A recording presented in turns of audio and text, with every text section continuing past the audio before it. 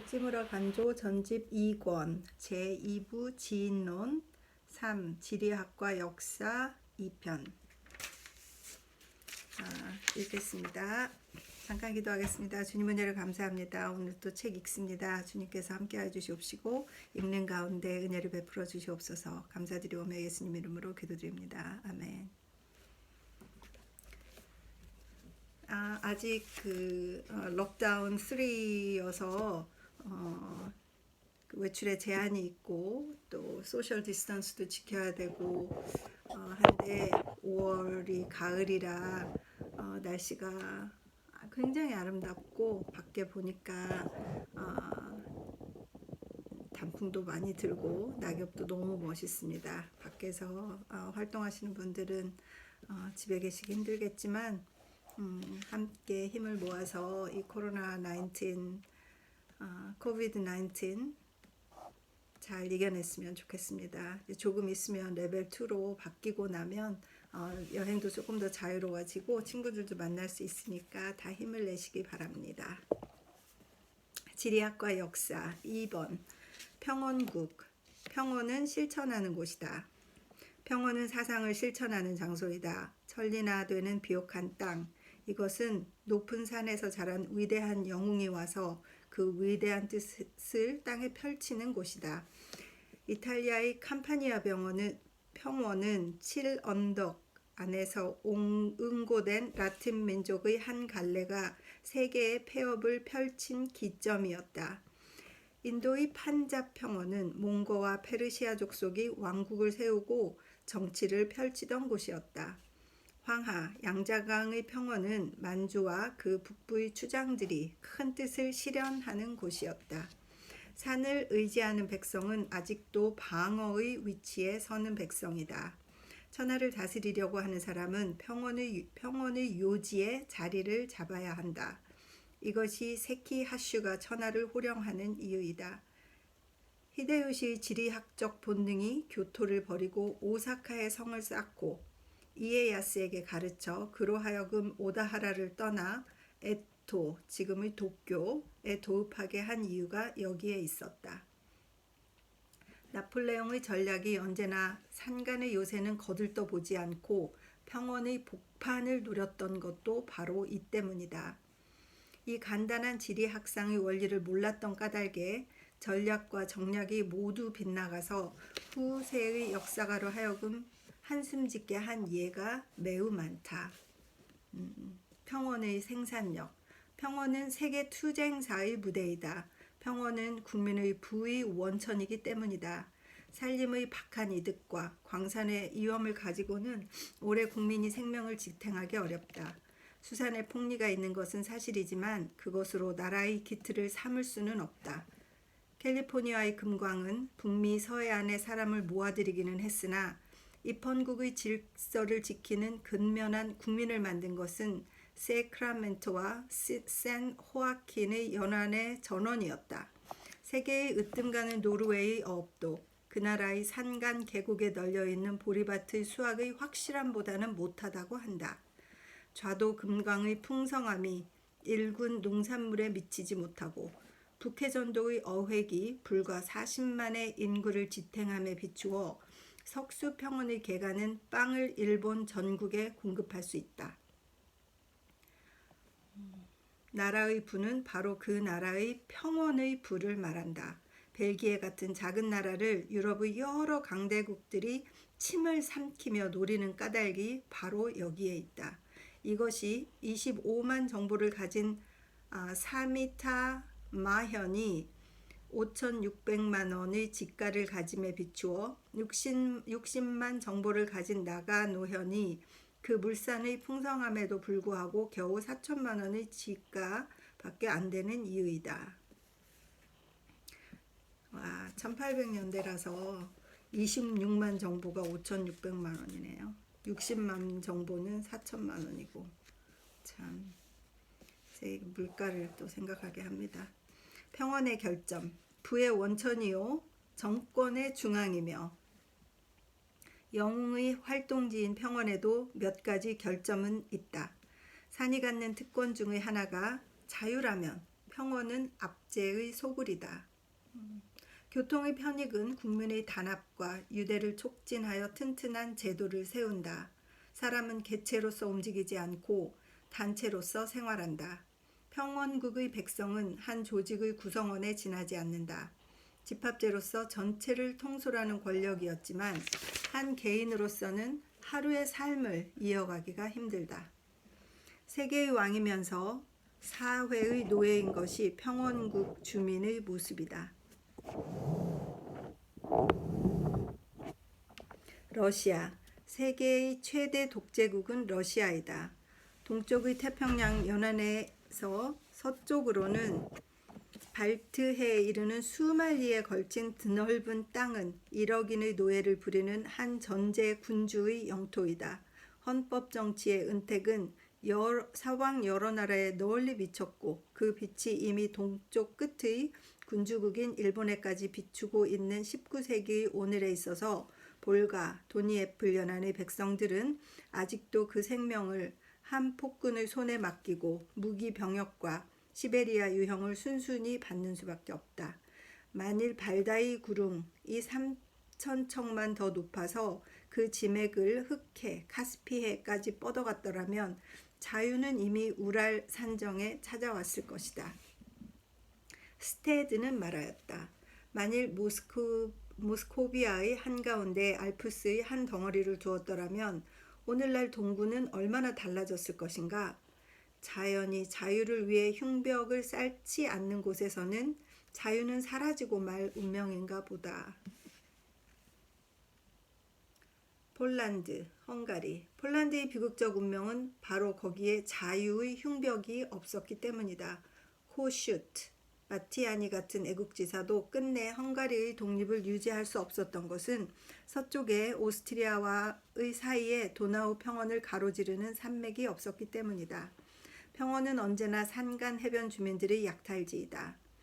거기 주민들은 혹은 이쪽에 굴복하고 혹은 저쪽에 끌려다니며 미개 야만인에게 내맡겨진 신세가 되었다.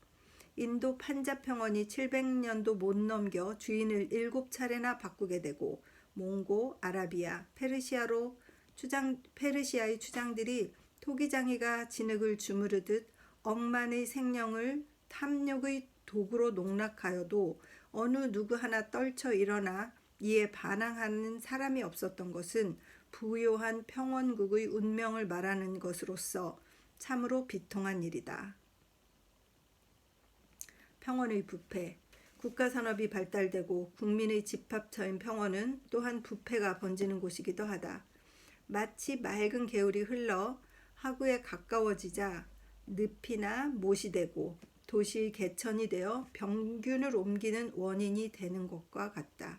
한 의학자는 말하기를 사람이 만일 그 이웃으로부터 평균 400척 거리에 살면 그의 평균 수명은 50년이 되고 300척 거리에 살면 40년, 60척이면 30년, 20척으로 가까워지면 불과 25년밖에 못 산다 라고 하였다. 이것은 인구 밀도와 평균 수명의 비례를 말한 것으로 누구나 다 아는 사실이다. 시골에서 사는 사람 하나가 상가의 장사꾼 10명과 맞먹는 생활력을 갖는 것은 이 때문이다. 이것이 불과 600만 인구를 가지는 만주가 4억의 인구를 가진 중국의 400여 주를 다스린 최대의 원인이었다. 바다의 영향력.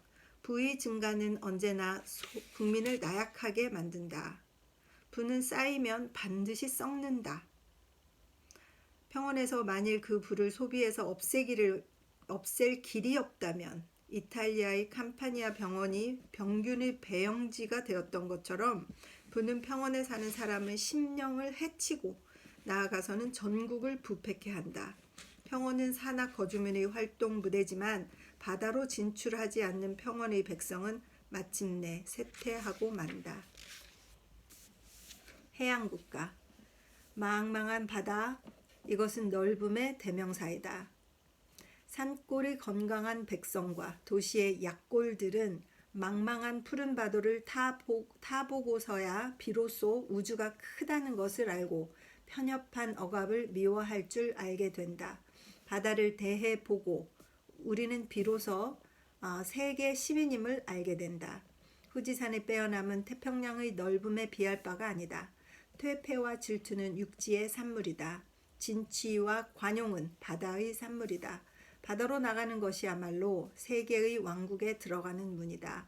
강물은 흘러 바다로 들어가는데 사람만이 육지에 남아서 질식해 죽고 말 것인가? 바다여 바다여 나를 넓혀다오. 속세의 권력자가 나를 사로잡고 그 속박과 구습이 나를 얽매이며 내 날개를 펼 수 없게 만든다. 나는 갈매기의 자유가 부럽다. 나는 힘이 부럽다. 무궁한 영적 생명을 가진 나는 이 압박과 편협을 견뎌내지 못하노라. 바다여 바다여 나를 깨끗하게 해다오. 부패는 평원과 도성을 뒤덮었고 산간의 선경 또한 낡은 인습에 젖었으니 호연의 길을 지금은 어느 땅에서 찾을 건가. 바다마다 싱그러운 냄새가 풍기어 파도가 잔잔하면 바람결에 향기 밀려오네. 깨끗함을 사랑하는 내 영혼, 이 더러움을 견뎌내지 못하겠노라. 바다여 바다여 나를 굳세게 해다오. 염려가 내 영역을 좌절시키고 쓰라림은 내 생각을 짓누른다. 내 근육이 움츠러든다. 파도 위에서 바람과 맞설 때 내게 담력이 생기나니 뱃머리에서 키를 잡을 때 내게 두려움이 없어라. 활동하기를 바라는 내 삶은 이 나약함을 견디지 못하겠노라. 우찌무라 선생님이 쓰신 시인가 봐요. 되게 좀 남자다운 그런 진취적인 시를 쓰셨네요. 국방으로서 바다의 효용. 독립의 흉벽으로서 바다는 산 다음에 간다. 이집트가 외적의 공격을 별로 받지 않고 태고 시대에 충분히 문명을 발달시킬 수 있었던 것은 그 북쪽에 지중해가 있고 동쪽에 홍해를 끼고 있었기 때문이었다. 아시아의 대왕 크세스로 하여금 유럽 문명의 싹을 그리스 반도에서 꺾어 없앨 수 없게 한 것도 바다였다. 바다는 영국 독립을 유지케 했다. 스페인 왕 필립 2세의 큰 함대는 사람의 손을 빌지 않고 사방에 흩어져 없어지고 말았다. 영국 나폴레옹은 영국 해협에서 6시간 이상을 버티지 못하고 그의 필생의 목표이던 영국 정복을 끝내 실현하지 못하고 말았다. 시인 코울리지가 잘도 읊었다. 바다는 거친 내뿜을 뿜으며 그 섬나라 아들에게 안전을 선사했다. 지금부터 몇 세대에 걸쳐 두려움 없는 고요한 세월이 내 바닷가에 머물러 오만한 침략자의 분노가 내 탑을 빼앗고 내 밭을 피로 물들이는 일이 없으리라.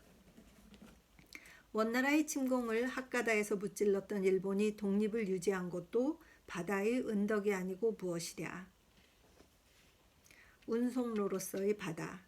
그러나 바다의 주된 효용은 방어에 있는 것이 아니라 교통에 있다.